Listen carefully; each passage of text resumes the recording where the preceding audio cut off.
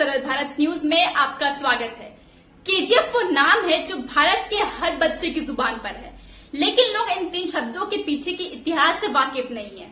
2018 में जब film KGF chapter 1 आई तो पूरा भारत इसका दीवाना हो गया। केजीएफ सिर्फ एक फिल्म बनकर नहीं रह गई, बल्कि केजीएफ के लोगों की पहचान बन गई। ये बॉक्स ऑफिस पर ब्लॉकबस्टर साबित हुई थी। लोग इसके सीक्वल का बेसब्री से इंतजार कर रहे थे। आइए अब हम आपको बताते हैं केजीएफ के इतिहास के बारे में। केजीएफ का मतलब कोलार गोल्ड फील्ड्स है। केजीएफ कर्नाटक के कोलार जिले से 30 किलोमीटर दूर स्थित है। यह भी बताया जाता है कि केजीएफ भारत की सबसे बड़ी सोने की खदानों में से एक होता था और भारत का लगभग 95% सोना इन्हीं खदानों से मिलता था। दुर्भाग्य से खदानें 22 साल पहले बंद हो गई। ये खदानें ब्रिटिश काल से संचालित है। इन सोनों की खदानों की स्थापना एक सेवानिवृत्त ब्रिटिश सैनिक माइकल फिट्जगेराल्ड लावेल ने करी थी।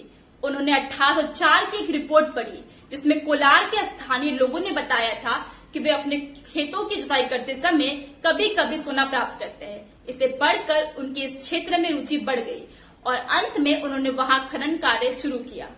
कुछ वर्षों के बाद 1880 में जॉन टेलर एंड सन्स नाम की एक ब्रिटिश कंपनी ने इन खनन कार्यों को संभाला और 1956 तक केजीएफ का संचालन किया।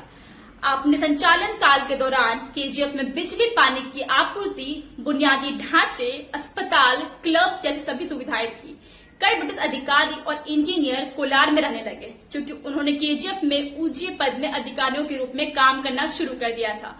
उन्होंने सुंदर मकान और घर बनाए।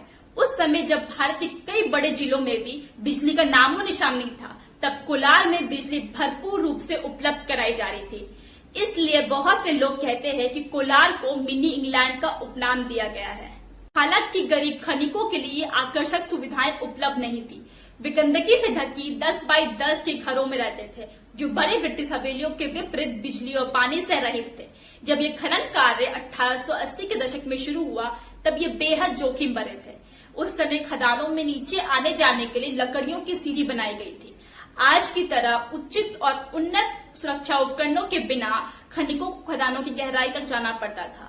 तब नमी का स्तर 98% हुआ करता था और तापमान लगभग 50 से 55 डिग्री सेल्सियस हुआ करता था। इन स्थितियों में भी केजीएफ ने काम जारी रखा। सन 1972 में भारत गोल्ड माइंस लिमिटेड ने केजीएफ को अपने अधिकार में ले लिया।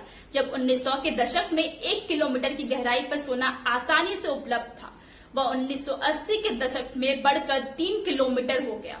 यह भी कहा जाता है कि 1881 में 1 टन खनन के बाद 47 ग्राम सोना निकलता था, जो अंततः 1990 में घटकर 3 ग्राम प्रति टन रह गया। इससे सरकार के लिए उत्पादन की लागत बहुत अधिक हो गई। इसलिए सरकार ने 28 फरवरी 2001 को केजीएफ अचानक बंद कर दिया। यह भी कहा जाता है कि खदानों को बंद करने के लिए कोई उचित वैज्ञानिक मापदंड का पालन नहीं किया गया था, जो वहां के स्थानीय लोगों के लिए मुसीबतों का पैगाम बनकर आई थी। खनन के कचरे को खुलेआम माइनफील्ड में फेंक दिया गया। इस कचरे में साइनाइड, सिलिका, कॉपर सल्फेट जैसे हानिकारक रसायन होते हैं, जिसकी वजह से जब बारिश का पानी इन कचरों के पहाड़ों से कोलार के खेतों में आता है तो भूजल भी दूषित होती है, जिस कारण वहां के किसानों ने सरकार से अपनी भूमि के बंजर होने की शिकायत की।